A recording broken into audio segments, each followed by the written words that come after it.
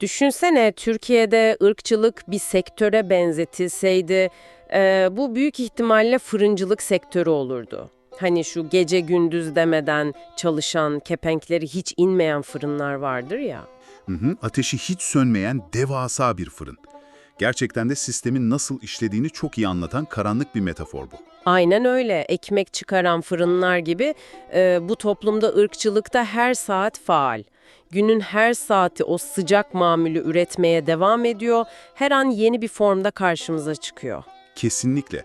Çünkü ırkçılık dediğimiz şey hani böyle sadece statik bir ön yargıdan ibaret değil. Sürekli tüketilen ve aynı hızla yeni ambalajlarla yeniden üretilen yapısal bir üretim bandı aslında. Ve bugün seninle bu devasa üretim bandının, bu fırının kapaklarını sonuna kadar açıp içine bakacağız. Evet, elimizde oldukça yoğun bir kaynak var. Kürt Araştırmaları Dergisi'nde sosyolog Gülistan Yarkın ile yapılmış bir söyleşiyi inceliyoruz bugün. Konumuz Türkiye'deki yapısal ırkçılık, sömürgecilik tartışmaları ve bunun karşısında konumlanan Kürt siyasi hareketinin kendi içindeki o çok ciddi ideolojik fay hatları. Yalnız başlamadan önce şu konunun altını çok net çizelim bence. Kesinlikle o çok önemli. Bu incelediğimiz metin doğası gereği son derece politik bir metin. İçinde çok sert iddialar, keskin eleştiriler barındırıyor. Bizim buradaki niyetimiz hani bu iddialara taraf olmak, onları onaylamak ya da birilerini yargılamak değil. Biz sadece yazarın argümanlarını objektif bir şekilde masaya yatırıyoruz. Aynen öyle. Orijinal metindeki kavramları ve yazarın bakış açısını analiz edip senin için anlaşılır kılmaya çalışacağız sadece. O analitik mesafeyi korumak çok kritik. Zaten şu an arkandaki o loş kütüphane manzarasına, o tavana kadar dizilmiş araştırma dosyalarına bakınca meselenin ne kadar tarihsel ve derin olduğu anlaşılıyor. Teşekkürler. Gerçekten de Yarkın'ın kullandığı kavram setlerini anlamak, aslında bugün gündelik hayatta şahit olduğumuz pek çok gerilimin şifrelerini çözmek demek. O zaman hiç vakit kaybetmeden o şifreleri kırmaya başlayalım. Benim merak ettiğim ilk şey şu, bu ırkçılık fırınından çıkan ürünler devletin en tepe kurumlarında nasıl karşılık buluyor? Yani akademide mesela, değil mi? Evet. Gülistan Yarkın'ın kendi akademik hikayesi bize bu konuda inanılmaz somut bir vaka sunuyor aslında. Söyleşi yazarın bizzat kendi deneyimiyle başlıyor zaten. Yarkın 2017 yılında Amerika'da SUNY Binghamton'da bir doktora tezi yazıyor. Sosyoloji alanında. Evet, bu çalışmasında İstanbul'un Zeytinburnu ilçesindeki Kürtlere yönelik ırkçılık ile Kuzey Kürdistan coğrafyasında inşa edildiğini savunduğu sömürgeci rejim arasında yapısal bir bağ kuruyor. Ve Amerika'daki jüri de bunu başarılı bulup onaylıyor. Aynen, jüriden geçiyor, tez onaylanıyor.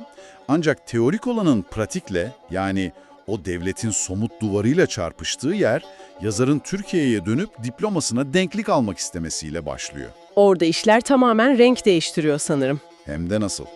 Normal şartlarda rutin bir idari işlem olması gereken üniversiteler arası kurul, yani ÜAK başvurusu tam 2 yıl boyunca bekletiliyor. 2 yıl mı?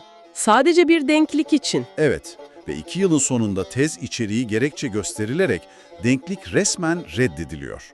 Üstelik kendi alanında tespit edilebilen ilk resmi red örneği bu. Yok artık. Yani tezin içindeki fikirler yüzünden mi? Bu tezden bazı ifadeleri cımbızlıyor ve doğrudan Türk Ceza Kanunu'nun 301. maddesi kapsamına sokuyor. Hani şu devletin kurum ve organlarını aşağılama maddesi, bir de terörle mücadele kanununa ekliyorlar. Hangi kelimeler bunlar? Mesela Kuzey Kürdistan'da Türk sömürge rejimi, Dersim soykırımı, Ermeni soykırımı veya gerilla savaşı gibi terimler. Bak olayı biraz açalım burada. Yani burada kelimelerin kendisi resmen birer kaçak mal muamelesi görüyor. Çok doğru bir benzetme. Sınır kapısından geçirmeye çalıştığın ama gümrük memurunun valizini açıp hayır bu kelimeleri bu ülkenin sınırlarından içeri sokamazsın dediği yasaklı maddeler gibiler. Aynen öyle, teorik bir sosyoloji metni bir anda resmi bir hukuki iddianameye dönüşüyor. Gümrük memuru benzetmen sistemin işleyişini harika özetliyor aslında. Düşünsene, dünyadaki herhangi bir üniversitenin kampüsünde rahatça tartışabileceğin bir analiz, Türkiye'ye girdiği anda pratikte sivil bir ölüme dönüşüyor. İdari bir ceza alıyorsun. Çünkü devletin resmi söylemi, akademik özgürlüğün sınırlarını adeta silahlı bir sınır karakolu gibi katı çiziyor. Yarkın'ın burada anlattığı şey sadece kendi bireysel mağduriyeti değil. Sömürgecilik gibi literatürde çok geniş yeri olan, dünyada çokça tartışılan bir kavramın Türkiye bağlamında nasıl meşru bir analiz çerçevesi olmaktan çıkarılıp kriminalize edildiğini gösteriyor. Ve Yarkın bunu sadece masa başında yazan biri de değil bildiğim kadarıyla. Değil, evet, kendisi İnsan Hakları Derneği'nde ırkçılık ve ayrımcılığa karşı komisyonda uzun süre çalışmış bir sosyolog. Yerde duruyor tam olarak. Tam üstüne bastın. Adliyelerdeki, karakollardaki pratik hak ihlalleriyle o yazdığı tezin nasıl iç içe geçtiğini bizzat yaşayarak sentezliyor. Teori sana büyük resmi anlaman için bir gözlük veriyor ama uyak kararı gibi pratikler o yapının gerçekte bir hayatı nasıl kararttığını yüzüne vuruyor. Peki, diyelim ki belirli kelimeler resmi anlatıyı kökten tehdit ettiği için yasaklanıyor, gümrükten dönüyor. Evet, O zaman sormak lazım, devletin Kürtler için öngördüğü, onayladığı o makbul anlatı ne? Söyleşiden anladığım kadarıyla istenen şey sürekli bir itaat ve masumiyet kanıtlama çabası. Yarkın buna çok çarpıcı bir isim veriyor. sadakat ırkçılığı, İngilizcesiyle loyalty racism. Gerçekten de meselenin özüne inen çok vurucu bir kavram bu. Biraz açar mısın bunu? Neden sadakat ve ırkçılık yan yana? Çünkü Yarkın, ırkçılığın sadece ten rengiyle, biyolojiyle veya kültürel asimilasyonla sınırlı olmadığını söylüyor. Bir nüfusu anayasal olarak vatandaş kabul ediyorsun kağıt üzerinde ama tarihsel ve yapısal olarak onları sürekli şüpheli, her an devlete ihanet edebilecek bir iç tehdit olarak kodluyorsun. Yani anayasada eşitsin ama zihniyette potansiyel hainsin. Kesinlikle. Yarkın bu ihanet ve hain stereotipinin felsefi altyapısını da çok güzel çözümlüyor. İhanet dediğimiz şey nedir aslında? Eşitler arası bir anlaşmanın bozulmasıdır herhalde. Sosyal sözleşme teorilerine göre, eşitler arasında karşılıklı rızaya dayalı bir sözleşme ihlal edilirse ihanet olur. Oysa yazar diyor ki, Türk-Kürt ilişkilerinde eşit ve rızaya dayalı bir sözleşme tarihsel olarak yoktur. Çok ilginç bir nokta bu.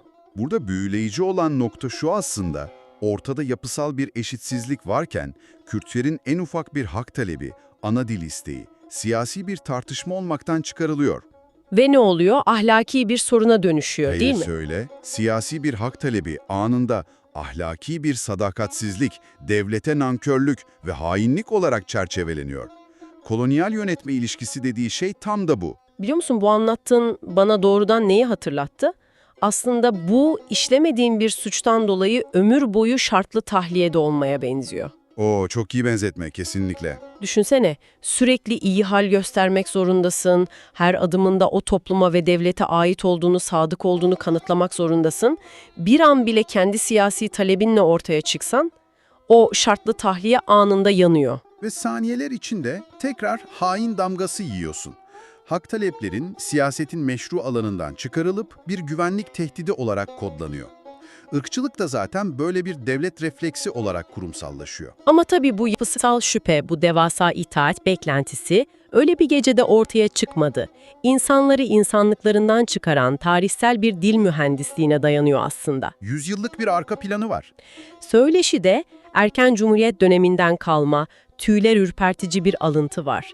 Kemalist bürokrasinin tepe isimlerinden eski bir bakan Avni Doğan'ın 1943 yılında söylediği bir söz. Evet, o söz çok kritik bir itiraf niteliğinde. Diyor ki, Cumhuriyetin doğuya yerleşmesi, medeni milletlerin Afrika'ya yerleşmesi gibidir. Yani inanılmaz bir cümle bu. Ark ıslahat planı gibi gizli devlet raporlarına, dönemin bürokratik zihniyetine yansıyan o medenileştirme misyonunun çok net bir dışa vurumu.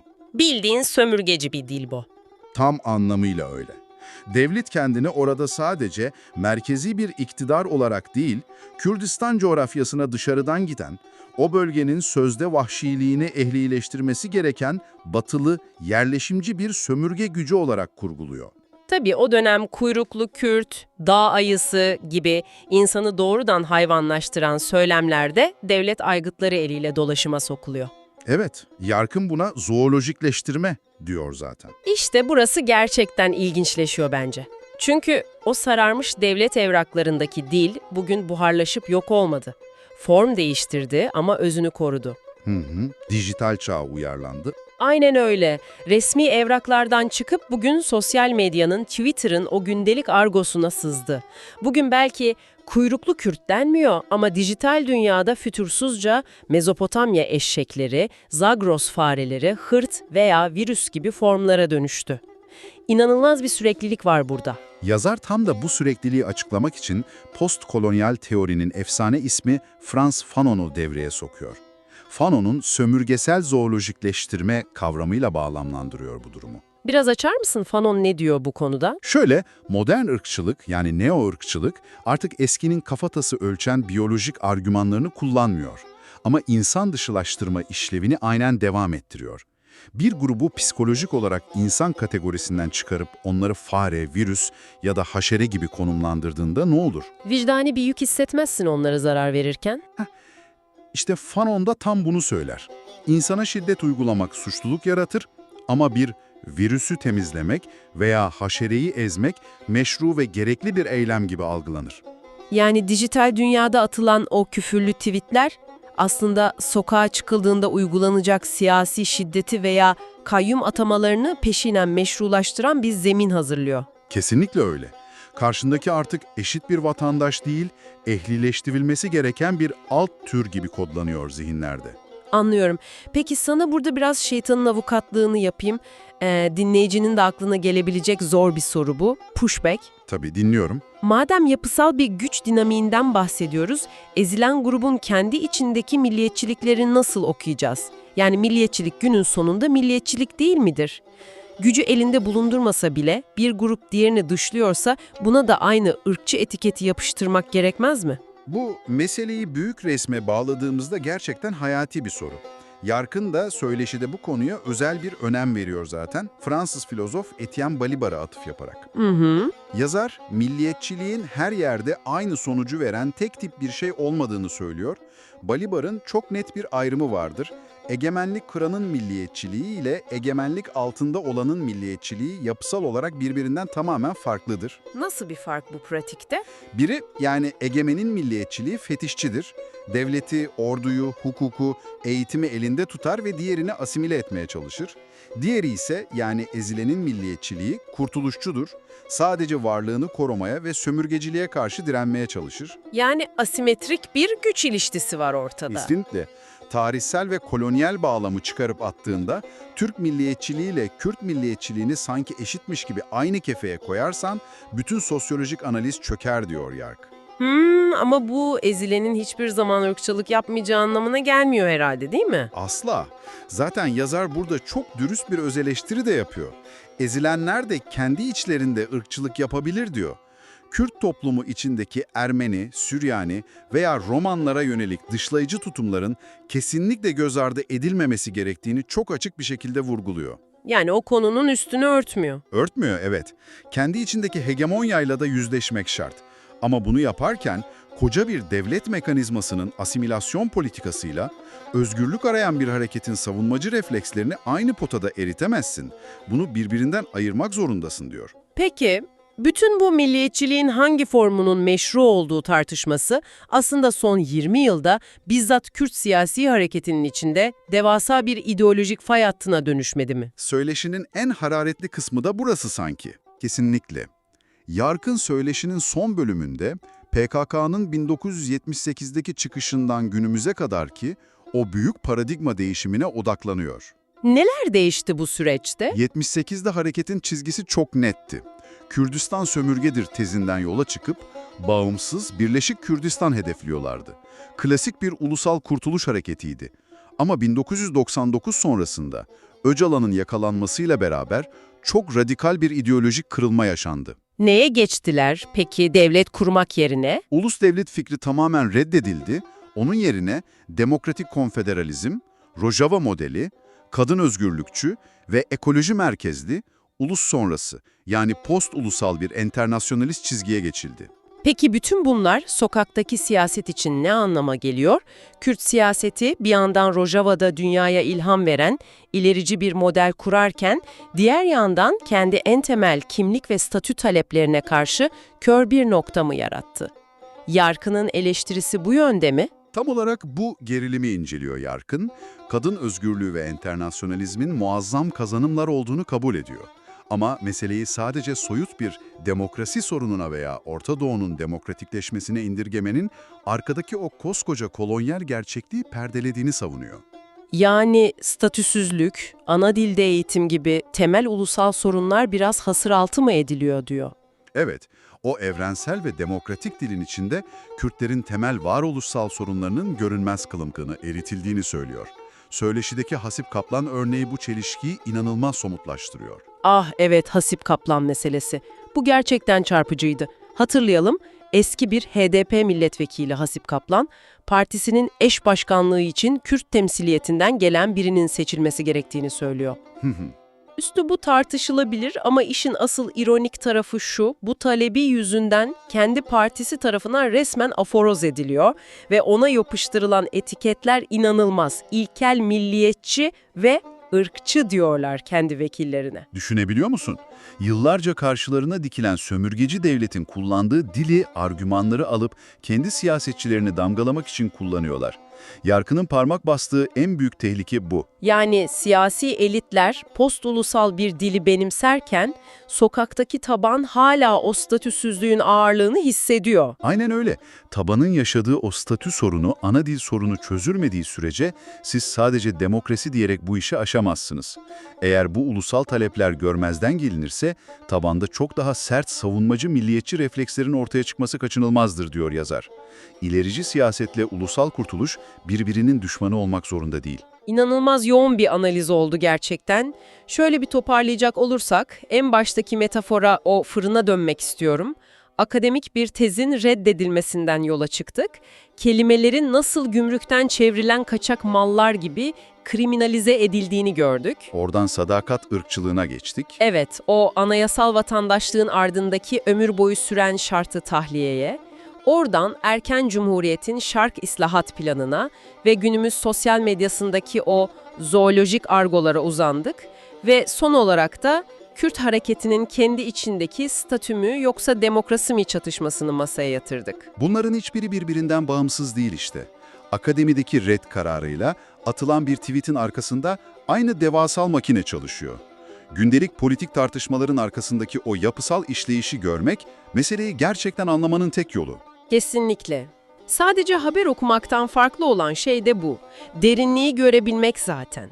Ve tam da bu noktada seni bugünkü kaynak metinde açıkça yer almayan ama bütün bu tartışmadan doğan sarsıcı bir soruyla baş başa bırakmak istiyorum. Merakla bekliyorum. Şunu bir düşün.